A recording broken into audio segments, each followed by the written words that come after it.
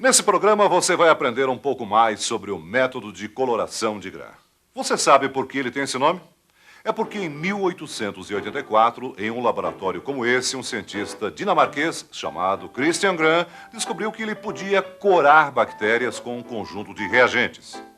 Descobriu mais, que essas bactérias adquiriam cores diferentes, o que permitia classificá-las em dois grupos distintos. As que ficavam roxas, que foram chamadas gram-positivas, e as que ficavam vermelhas, as gram-negativas. Qual a causa desse fenômeno?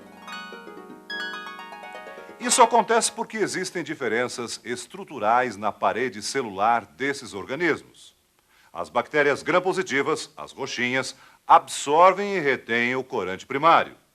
As gram-negativas absorvem num primeiro momento o corante primário, mas deixam ele sair depois, na etapa de diferenciação ou descoloração, e ficam vermelhinhas, assumindo a cor do corante secundário.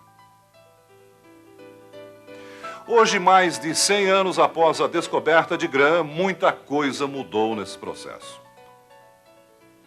Você agora dispõe de microscópios muito mais potentes que o utilizado pelo Grahn.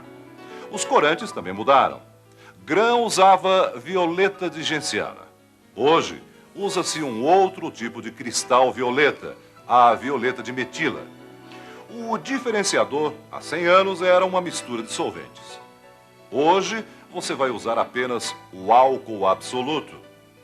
Mas a mudança mais importante foi a do corante secundário, também chamado de corante de fundo.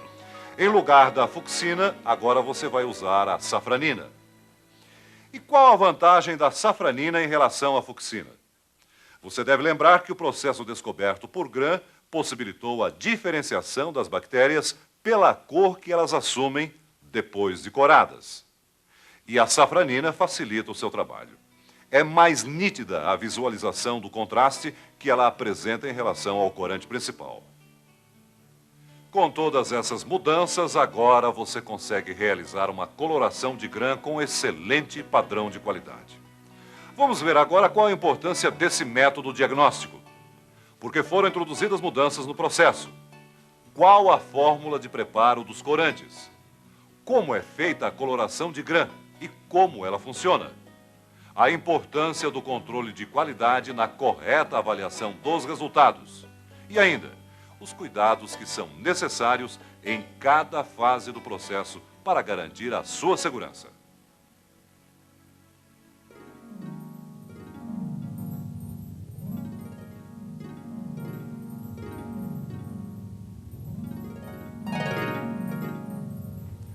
Quando você faz uma coloração de Grahn, você está desempenhando um papel da maior importância. Embora não pareça, essa é uma das atividades mais importantes em um laboratório de diagnóstico clínico.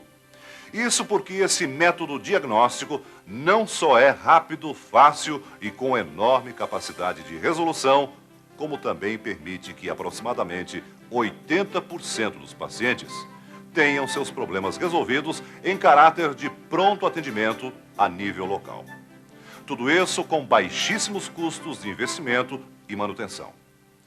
Veja como a bacterioscopia pode ser feita com poucos recursos. Tudo que você precisa é de uma sala pequena, um balcão com uma pia e um bico de Bunsen, ou até mesmo uma lamparina ou espiriteira. Além disso, um microscópio com uma objetiva de imersão. E o que mais está faltando? Bem, você, um técnico bem treinado, responsável e consciente da importância de seu trabalho. Como você já viu, a diferenciação das cores que as bactérias assumem depois de coradas é o ponto fundamental do método de Grahn. Então vamos falar um pouco sobre cores. Toda descrição de cores tem como base uma tentativa de classificação, algo assim como agrupá-las em famílias. Uma dessas classificações considera 3 cores primárias, o azul, o vermelho e o amarelo, e 3 cores secundárias, o verde, o violeta e o laranja. Foi baseado no espectro de cores que se substituiu a fucsina pela safranina no método de Grahn. Como você pode ver, a cor resultante na coloração com a safranina é muito mais nítida. Veja como o contraste é mais acentuado.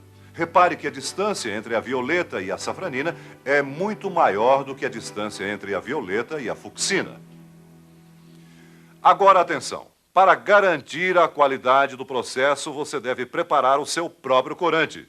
Veja como é simples. Para preparar seus corantes, você vai precisar de um becker de 500 ml, um becker de 1 litro, uma balança gramatária ou eletrônica, 2 bastões de vidro, uma proveta de 200 ml, uma proveta de 500 ml, uma espátula ou uma colher de café.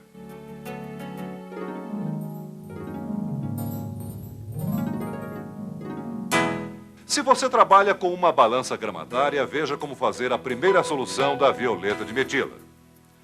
Destrave a balança. Coloque o papel de pesagem no prato da balança e pese o papel. Adicione a esse valor o peso indicado na fórmula, neste caso, 2 gramas. Pese agora a violeta de metila.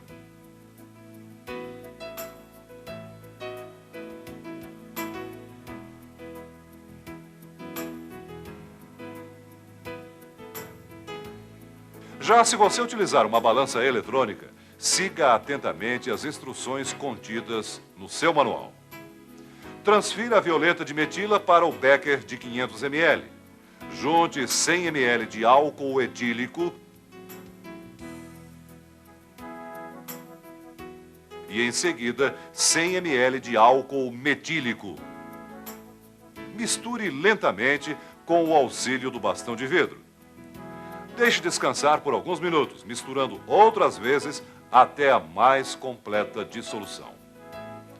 Para a segunda solução, repita o correto procedimento de pesagem e pese 4 gramas de oxalato de amônia. No becker de 1 litro, junte o oxalato de amônia e mais ou menos metade da água destilada, neste caso, 200 ml.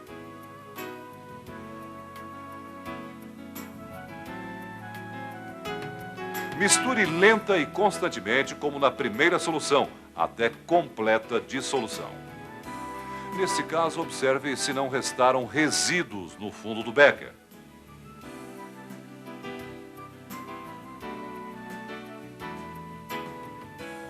Junte as duas soluções e utilize o restante da água destilada para recuperar os resíduos da violeta de metila.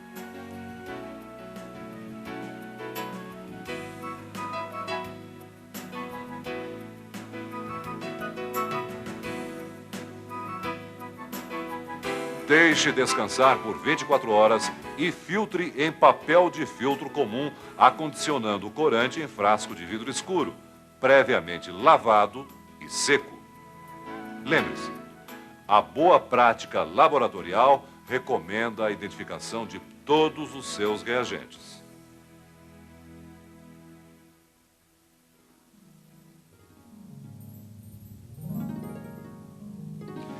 Veja agora como se faz o preparo do Lugol. Repita o correto procedimento de pesagem e pese 4,5 gramas de iodeto de potássio.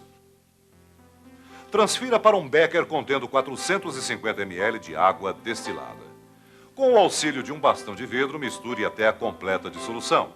Em seguida, pese 3 gramas de iodo metálico e junte-a à solução de iodeto de potássio e continue misturando até a completa dissolução.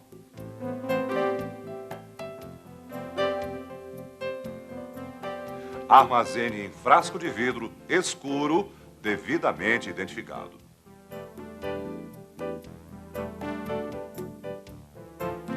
Na coloração, você deve usar o Lugol diluído.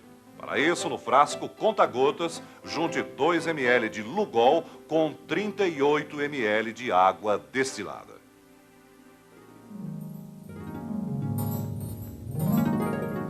Para o preparo da safranina, siga as seguintes instruções. Repita o correto procedimento de pesagem e pese 2,5 gramas de safranina. Dissolva bem o pó em 500 ml de água, misturando bem até a completa dissolução. Guarde em frasco escuro, devidamente identificado. Agora que você já preparou seus corantes, vamos ver como é feita a coloração e como ela funciona.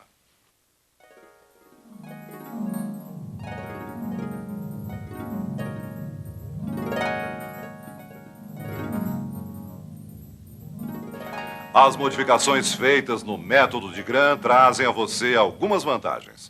Uma das principais é que agora você não precisa mais fixar o esfregaço na chama, porque o corante principal, a violeta de metila, já foi preparada com um fixador químico, o álcool metílico. Outra grande vantagem é que a fixação química vai dar a você uma maior nitidez na visualização das estruturas coradas. Atualmente você começa a coloração cobrindo o esfregaço sobre uma lâmina com uma pequena quantidade da violeta de metila. Deixe o corante agir por mais ou menos 15 segundos e então utilize a mesma quantidade de água destilada para hidratar o corante. Deixe agir por mais 45 segundos. Escorra o corante. Lave a lâmina em um fino fio d'água. Cubra a lâmina com Lugol diluído.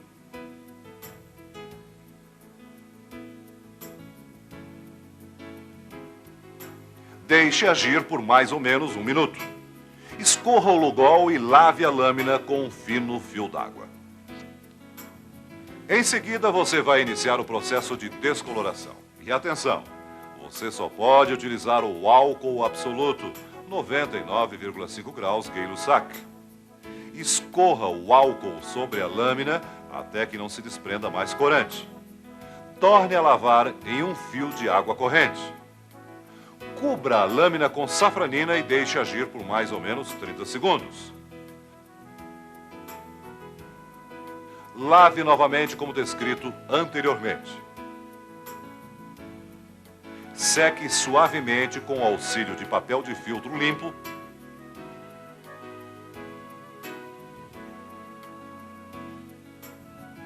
Ou deixe secar naturalmente. Essa lâmina está pronta para a leitura. Você sabe o que acontece durante o processo de coloração? Quando você utiliza a violeta de metila, todas as estruturas ficam coradas. Em seguida, ao utilizar o Lugol, a violeta de metila, que é uma para-rosa anilina, reage com o Lugol, formando um complexo chamado iodo para-rosa anilina. As bactérias que têm a parede celular compostas por mureína, durante a descoloração com álcool absoluto, vão reter esse corante.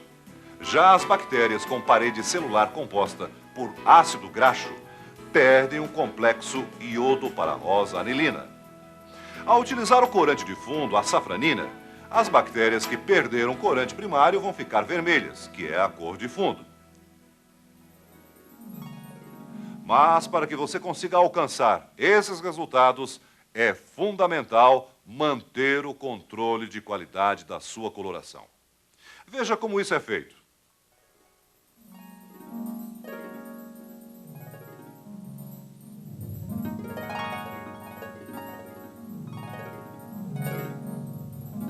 Para a manutenção do controle de qualidade no seu laboratório, você precisa ter em estoque bactérias gram-positivas e gram-negativas. Observe o modo de preparo das suas lâminas de controle de qualidade. Você precisa de 2 cepas bacterianas. A gram-positiva deverá ser um Streptococcus pyogenes ATCC 19615.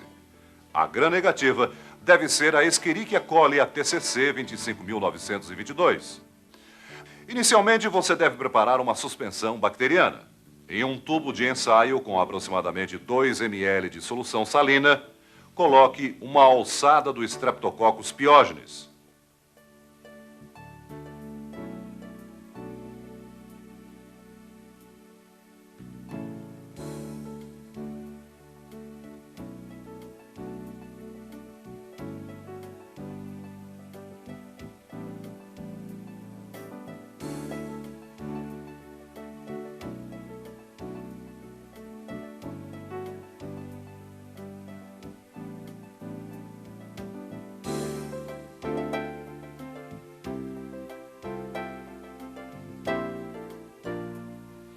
Junte a esta suspensão uma alçada da Escherichia coli.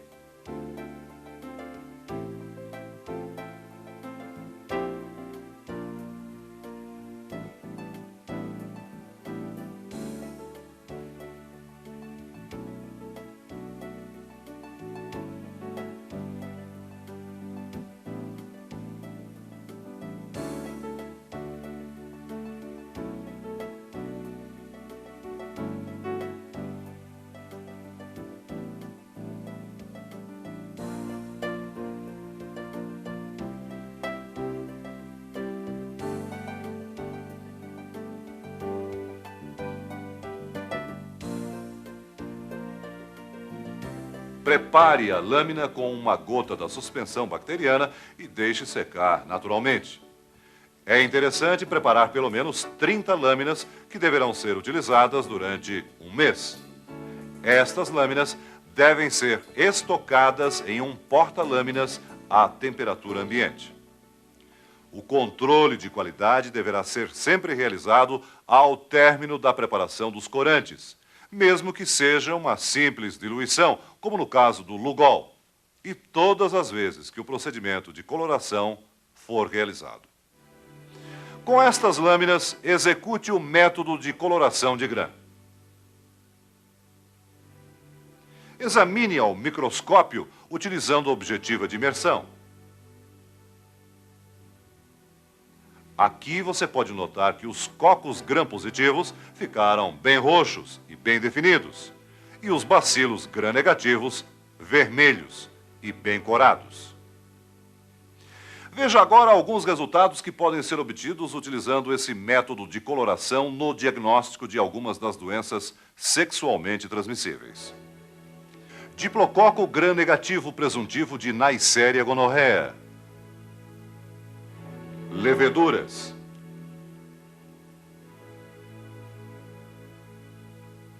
Tricomonas vaginalis. Hemófilos ducreyi.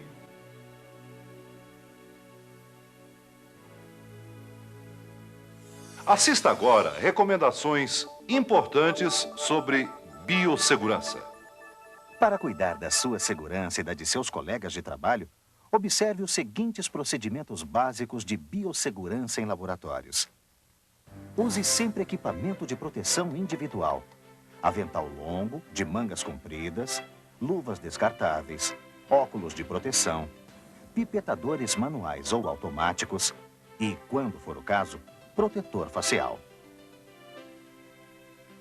Todo cuidado é pouco na manipulação de materiais biológicos, tais como soro, sangue ou secreções. Redobre suas precauções, pois esses materiais são potencialmente infectantes e muitas vezes estão contaminados com agentes etiológicos diferentes do que se está pesquisando. Nunca pipete com a boca e jamais cheire placas de cultura. Evite a formação e propagação de aerossóis. A pipetagem, a centrifugação, a agitação de amostras, a flambagem de alças, a abertura de frascos e ampolas e a manipulação de seringas com material contaminado são as principais práticas que, sem o devido cuidado, levam à formação e propagação de aerossóis. Esses vapores contêm micropartículas que podem ficar em suspensão no ambiente ou propagar-se à distância, contaminando grande número de profissionais. Jamais reencape agulhas. Esse procedimento é a principal causa da contaminação de profissionais de saúde pelo HIV e pela hepatite B em laboratórios. Reduza ao máximo o manuseio de resíduos. Descarte todo o resíduo, em especial os perfuro-cortantes, diretamente em recipiente de paredes rígidas com tampa, contendo hipoclorito de sódio a 2% por, no mínimo, 24 horas. Em seguida, faça a autoclavação do seu material seguindo as instruções do fabricante do autoclave. Lembre-se, a manutenção periódica desse equipamento, conforme as orientações técnicas, é a garantia de seu bom funcionamento. Terminando o processo, trate os resíduos como lixo hospitalar. Verifique sempre as condições de operação dos equipamentos de proteção coletiva. Extintores de incêndio, chuveiros de segurança, lava-óleos, pia para lavagem de mãos, caixas de areia e cabines de segurança biológica. Identifique e sinalize os principais riscos presentes em seu laboratório. Produtos e áreas que oferecem risco devem ser marcados com os devidos símbolos internacionais em etiquetas autoadesivas padrão. Lembre-se que todo recipiente de laboratório deve estar devidamente etiquetado. Tenha muito cuidado na manipulação e estocagem de substâncias químicas. Leia com atenção as informações contidas nos rótulos. Para descontaminação pessoal de equipamentos e superfícies fixas, utilize desinfetantes eficientes e adequados. Use sempre produtos registrados no Ministério da Saúde. Seja sempre consciente da importância de suas ações na preservação da biossegurança em seu local de trabalho. Lave as mãos antes e depois de qualquer procedimento laboratorial. Nunca pipete com a boca, jamais cheire placas de cultura. Dentro do laboratório, não fume, não coma, não beba, não prepare refeições. Quando estiver usando luvas, não manuseie objetos de uso comum, como telefones, maçanetas de portas e janelas, jornais, revistas, etc. Não guarde alimentos ou bebidas em geladeiras e freezers para armazenagem de material biológico. Seguindo essas recomendações, você vai estar contribuindo para a diminuição de acidentes. Se acontecer um acidente de trabalho em seu laboratório, notifique imediatamente a sua chefia. Lembre-se que todo profissional de saúde deve ser vacinado contra a hepatite B. Nesse programa você conheceu em detalhes o método da coloração de grã. Todos os tópicos abordados estão explicados com detalhes nesse manual. Estude com atenção. Lembre também que você pode rever este programa quantas vezes você quiser.